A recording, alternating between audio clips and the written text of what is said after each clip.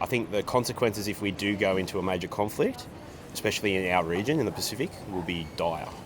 Well, the drums of war are beating louder than Joe Biden's pulse at a daycare centre for underage orphans. The United States House of Representatives just passed a bill reviving conscription for 18-year-old men, which the US is going to need if they get dragged into the quagmire in Ukraine when Ukraine runs out of cannon fodder itself in its war against Russia. Speaking of Russia, it now has nuclear-armed submarines 60 miles off the coast of Florida in Cuba. And China is showing no restraint in its ambition to take back Taiwan. Are the men of the Gold Coast and Brisbane ready for the war that's coming? Let's find out. If war broke out tomorrow, would you fight to defend Australia? Yes. Why is that? I've served in the Australian Army already. Sure would. Why is that? Because I live here. I'm a resident, citizen. Yeah, 100%. Why is that? Best country in the world, mate. Absolutely, 100%. No, I mean, if they started conscripting here, I'd probably just move somewhere else. Yeah, but I mean, you obviously love living in Australia. Oh, I love it. Yeah, it's so much better than the UK. So you wouldn't fight to defend it? No. Why'd you join the army? I was 17. The sense of purpose, adventure. I joined just after 9/11. Do you think the threat of war has got lower or higher since then?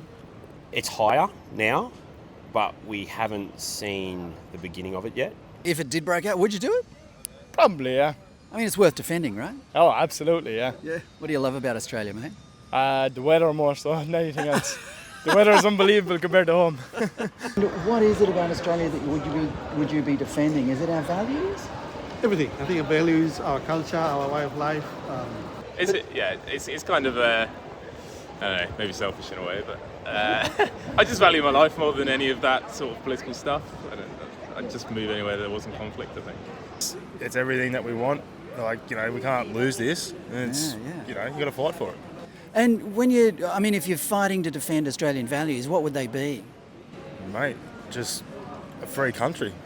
And the choice to do whatever we want. I think that's the main thing at the end of the day, isn't it? I think the consequences if we do go into a major conflict, especially in our region, in the Pacific, will be dire. And I don't think us as a nation are prepared mentally to or understand what that will be. What about Australian values? Well, I'm still learning.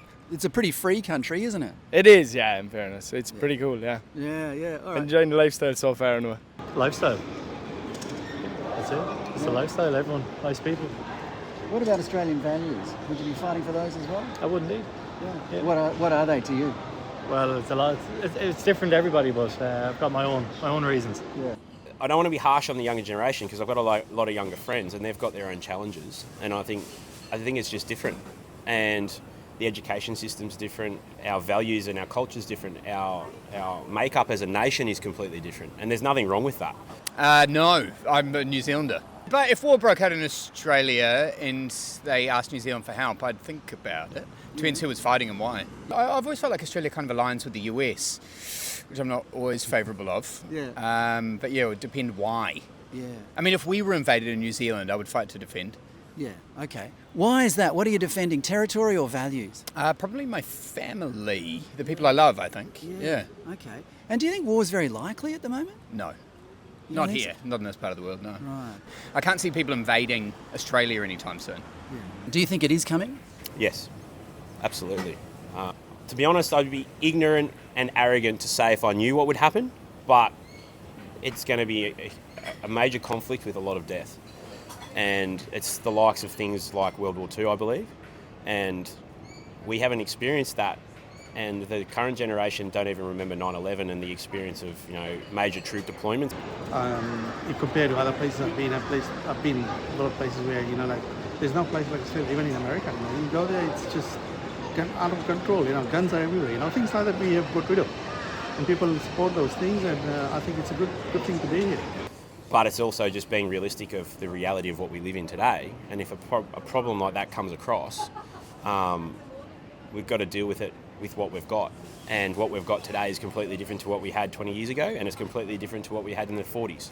So you've just got to be a realist to the situation and deal with whatever comes our way. But I personally think that it's going to be a culture shock, not just to the younger generation, but to the entire country. Who's being awesome here today? Awesome! Participation. Thank you.